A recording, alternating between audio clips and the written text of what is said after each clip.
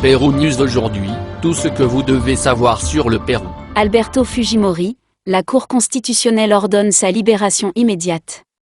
Malgré la résolution de la Cour interaméricaine, la Cour constitutionnelle a décidé de déclarer l'habeas corpus fondé en faveur de l'ancien dictateur Alberto Fujimori.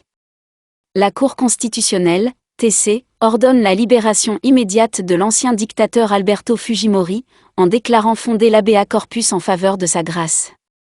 Le TC a réaffirmé l'arrêt rendu en 2022, dans lequel il a prononcé un habeas corpus en faveur de Fujimori et rétabli les effets de la grâce humanitaire, accordée en 2017 par le président de l'époque, Pedro Pablo Kuczynski, qui a été révoqué par la Cour suprême.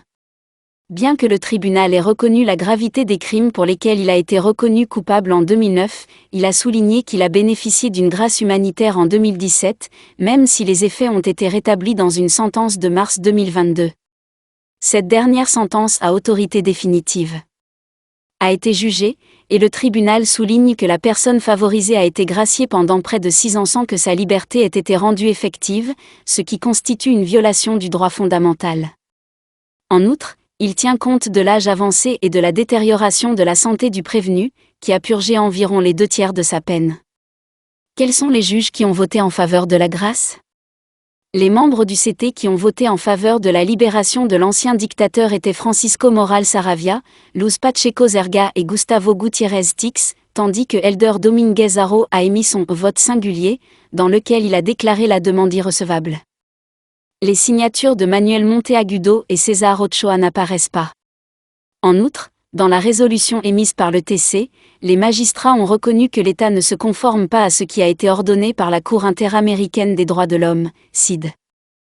Ils ont toutefois souligné qu'il n'est pas de leur compétence d'ordonner ou non l'exécution d'une peine devant un tribunal national.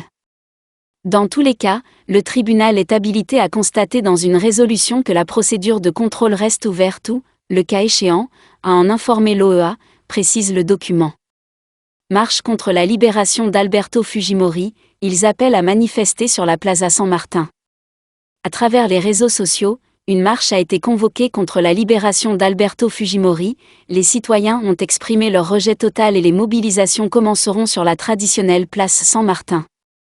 L'heure à laquelle débutera cette manifestation sera à 18h. Ce mardi 5 décembre. La CID a exprimé son désaccord avec la grâce dans le passé. La Cour interaméricaine des droits de l'homme, CID, a demandé à l'État péruvien de faire rapport sur le respect de la résolution qu'elle a publiée le 7 avril 2023, après que la TC a décidé qu'elle ne devait pas clarifier sa décision de 2022 qui considérait comme valide la grâce contestée accordée à l'ancien dictateur. Suite aux instructions du président de la Cour, l'État est invité à présenter, au plus tard le 6 décembre 2023, un rapport dans lequel il présente ses observations sur le mémoire précité des représentants, compte tenu de ce qui a été ordonné par cette Cour. Dans la résolution du 7 avril 2023, détaille-t-il dans un document auquel la Repubblica a eu accès. Pour quel crime Alberto Fujimori purgeait-il sa peine ? Alberto Fujimori a été condamné à 25 ans de prison pour les affaires Barrios Alto et la Cantuta, accusé d'homicide aggravé et de blessures graves. Il purge sa peine à la prison de Barbadillo, à Lima.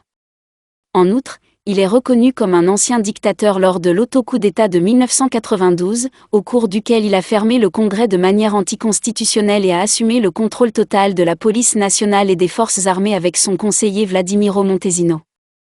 La sentence a été prononcée par le juge César San Martín, qui a déclaré que les 4 accusations étaient prouvées au-delà de tout doute raisonnable.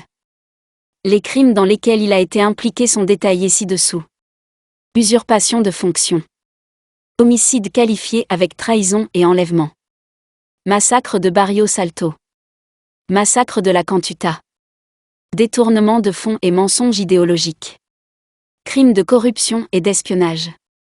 Affaire Carnet Chicha. Pérou News aujourd'hui, suivez-nous sur Facebook et Instagram.